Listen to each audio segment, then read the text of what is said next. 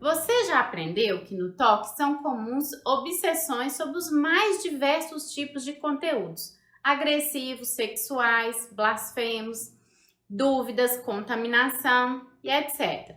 E que essas obsessões geram compulsões ou evitações.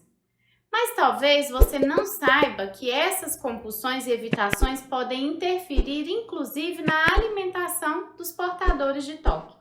Então hoje eu quero abordar os motivos por trás de alguns comportamentos de evitação de certos alimentos ou bebidas e as consequências desses rituais para a saúde dos portadores de toque.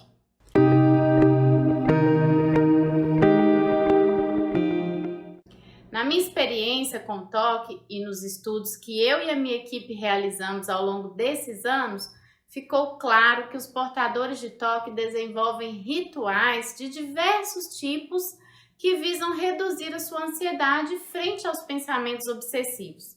E dessa forma, um paciente que tenha, por exemplo, um pensamento obsessivo quando vê carne, pode associar a carne ao pensamento do toque e, portanto, passar a evitar a carne como uma tentativa de não ter o pensamento ou de evitar que o que ele pensou aconteça.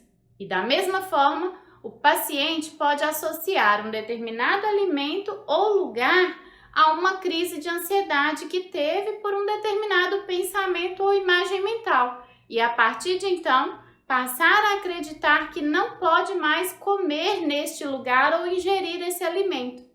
Também pode acontecer do paciente associar pensamentos de contaminação, seja veneno, pesticidas, vírus, bactérias, fungos, e com isso também passar a evitar esses alimentos por medo de contaminação.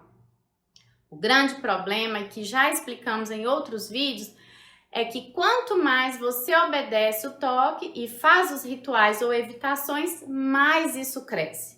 E com isso, essas pessoas vão aumentando suas listas de restrições, passando a ingerir cada vez menos nutrientes, seja pela pouca quantidade ou baixa variedade dos alimentos. E com isso podem ficar obesos, por ingerir um determinado tipo de alimento muito calórico, com muito açúcar, frituras e etc., ou ficarem subnutridos por comerem pouco e com muitas restrições.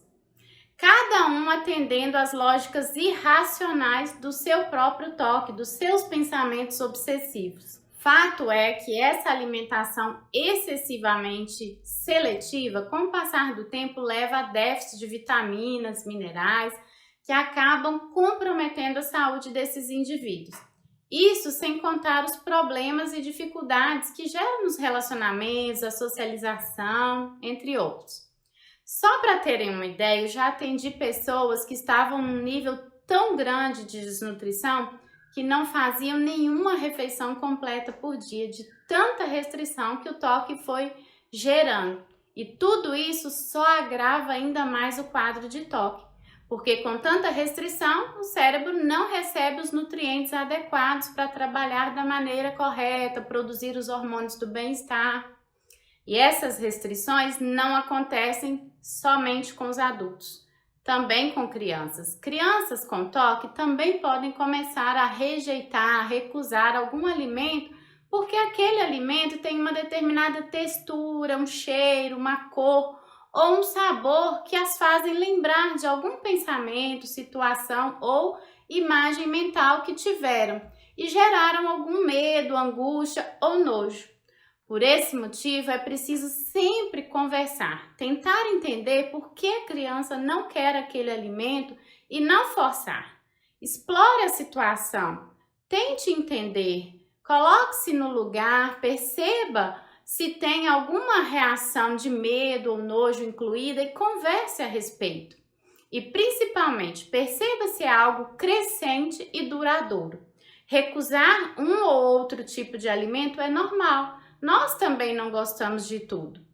O que não é normal é que essas restrições venham aparecendo e se tornando cada vez mais frequentes. Se a sua criança não tem diagnóstico de toque e apresenta esse tipo de comportamento, converse com o pediatra. Peça orientação, ele saberá fazer o diagnóstico diferencial em relação a outros transtornos e patologias que também podem levar a esse comportamento seletivo na alimentação, ou até mesmo te tranquilizar quanto isso a ser um comportamento normal para a idade ou o momento que ele está vivenciando.